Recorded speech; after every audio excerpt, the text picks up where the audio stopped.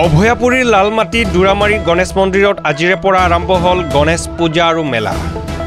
গণেশ বন্দনাত মুখৰিত গণেশ মন্দিৰ প্ৰাংগণত নামনি অসমৰ অন্যতম বঙাইগাঁও জিলাৰ অভয়াপুৰী সমৱৰ্তী লালমাটি দুৰামাৰীত স্থিত গণেশ মন্দিৰত আজিৰে পৰা 5 দিনীয়া কাৰ্যসূচীৰে আৰম্ভ হৈছে পূজা আৰু মেলা।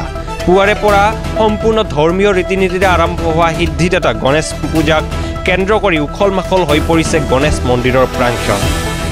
সহস্ৰাধিক ভক্তপ্ৰাণ ৰাইজৰ লানি নিচিঙা শত মুখৰিত হৈ পৰিল ঐতিহাসিক গণেশ মন্দিৰ।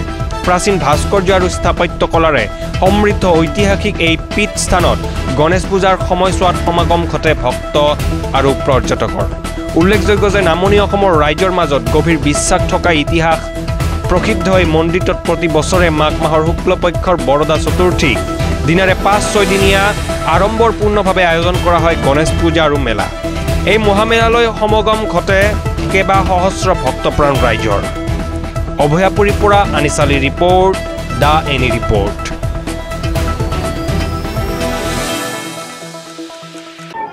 আজি প্ৰসিদ্ধ লালমাটি দুৰামাৰীৰ শ্ৰী শ্ৰী গণেশ মন্দিৰত প্ৰভুৰ পূজা আৰম্ভ হৈছে। পবিত্ৰ মাঘ মাহৰ শুক্লপক্ষৰ বৰদা চতুৰ্থী তিথিৰ পৰা প্ৰতি বছৰে এই ঐতিহ্যমণ্ডিত গণেশ মন্দিৰত পূজা অৰ্চনা কৰা হয় আৰু এইবেলিও আজি 2 ফেব্ৰুৱাৰীৰ পৰা অহা 7 ফেব্ৰুৱাৰীলৈকে বিস্তৃত কাৰ্যসূচীৰে পূজা মহোৎসৱ আৰম্ভ হৈছে। খন্তেক সময়তে কেইবাটাও কাৰ্যসূচী হৈ গ'ল। পৰৱৰ্তী সময়ত আমাৰ 7 তাৰিখলৈকে বিস্তৃত কাৰ্যসূচী থাকিব আৰু আমি প্ৰত্যক্ষ কৰিছোঁ যে এই প্ৰসিদ্ধ মন্দিৰৰ যিটো ঐতিহ্য, এই ঐতিহ্যৰ প্ৰতি ৰাইজে আকৰ্ষিত হৈছে। ইয়াত প্ৰত্নতাত্ত্বিক স্থান এতিয়া আছে আৰু প্ৰত্নতাত্ত্বিক স্থানৰ লগতে আমাৰ এই প্ৰাচীন মন্দিৰ, এই মন্দিৰত ৰাইজে আহি যদি তেখেতসকলৰ মনোকামনা কৰে এইটো পূৰ্ণ হয় বুলি পূৰ্বৰ পৰাই নাম আছে। সেইকাৰণে দৰ্শনাৰ্থীৰ সংখ্যা দিনক দিনে বৃদ্ধি হৈছে আৰু এইবেলিও আমি আশা কৰিছোঁ হয়তো কেইবা লাখ দৰ্শকে এই 6 দিনীয়া কাৰ্যসূচীত তেখেতসকলে প্ৰভুৰ ওচৰত আহি সেৱা ল'ব আৰু বিভিন্ন কাৰ্যসূচীত অংশগ্ৰহণ কৰিব।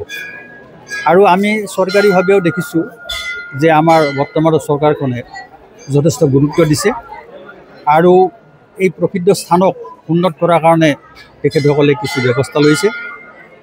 বিগত যোৱা 2023 চনত আমাৰ মাননীয় মুখ্যমন্ত্ৰী ডক্টৰ হিমন্ত বিশ্ব শৰ্মাদেৱ আহিছিল আৰু তেওঁক অৱগত কৰোৱা হৈছিল যে আমাৰ এই মন্দিৰৰ যিটো চাৰিসীমা আছে সেইখিনি সুৰক্ষিত কৰিব লাগে, যাতে ভৱিষ্যতৰ সুৰক্ষিতৰ স্বাৰ্থত এই প্ৰসিদ্ধ মন্দিৰক যাতে আমি ভৱিষ্যতৰ কাৰণে সুৰক্ষিত কৰিব পাৰোঁ তাৰ কাৰণে আমি তেখেতক অনুৰোধ জনাইছিলোঁ আৰু তেওঁ লগে লগে কিন্তু এই ব্যৱস্থাটো লৈছিল।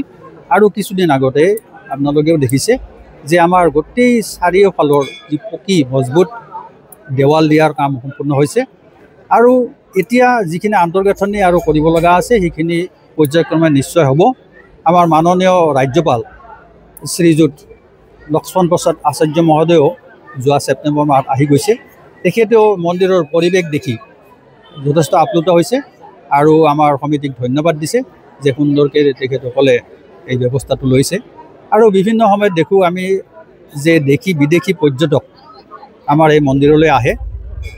এইবাৰো দেখিব হয়তো আমাৰ বিভিন্ন প্ৰদেশৰ পৰা ইয়াতে আহি ৰাইজ একত্ৰিত হ'ব আৰু আমি সময়ে সময়ে দেখিছোঁ যে বিদেশী পৰ্যটক কিন্তু আহি তেখেতসকলে প্ৰত্নতাত্ত্বিক স্থান আমাৰ যিটো 8ম শতিকাত নিৰ্মিত যিটো প্ৰাচীন মন্দিৰ, সেই মন্দিৰৰ যিখিনি আমাৰ ভগ্নাৱশেষ আছে সেইখিনি তেখেতসকলে দেখি যথেষ্ট সন্তুষ্ট হয়। গতিকে আমি আশা কৰিছোঁ চৰকাৰীভাৱে যে প্ৰত্নতাত্ত্বিক স্থানটো কিন্তু উন্নত কৰাৰ যথেষ্ট থল আছে। আমি বাৰম্বাৰ অনুৰোধ কৰাৰ পিছতো কিন্তু এতিয়ালৈকে আমাৰ যিখিনি ভগ্নাৱশেষ প্ৰায় সৰহসংখ্যকে কিন্তু অতত পিছৰতি হৈ পৰি আছে, সেইখিনি কিন্তু উপযুক্ত সংৰক্ষণ কৰা নাই। আৰু উপযুক্ত সংৰক্ষণ হ'লে আমি নিশ্চিতভাৱে ক'ব পাৰোঁ যে ভাৰতৰ অন্যতম গণেশ মন্দিৰ আৰু প্ৰত্নতাত্ত্বিক স্থান হিচাপে গঢ়ি উঠিব। কিন্তু এইখিনি ব্যৱস্থা কিয় কৰা নাই আমি তাৰ কাৰণে এই বিষয়ে আমি কিন্তু চিন্তিত। কাৰণ কি এইবিলাক যদি সম্পদ ধ্বংস হৈ যায় তেতিয়াহ'লে পুনৰ ঘূৰাই পোৱা নাযাব। হাজাৰ বছৰীয়া এই যিখিনি সম্পদ আছে এইখিনি বহুমূলীয়া। আমাৰ বিশেষজ্ঞ কিছুমানে কয় যে এইখিনিক যদি উপযুক্ত সংৰক্ষণ কৰা হয় তেতিয়াহ'লে ভৱিষ্যত প্ৰজন্মৰ কাৰণেও এটা ইতিহাস হৈ ৰ'ব।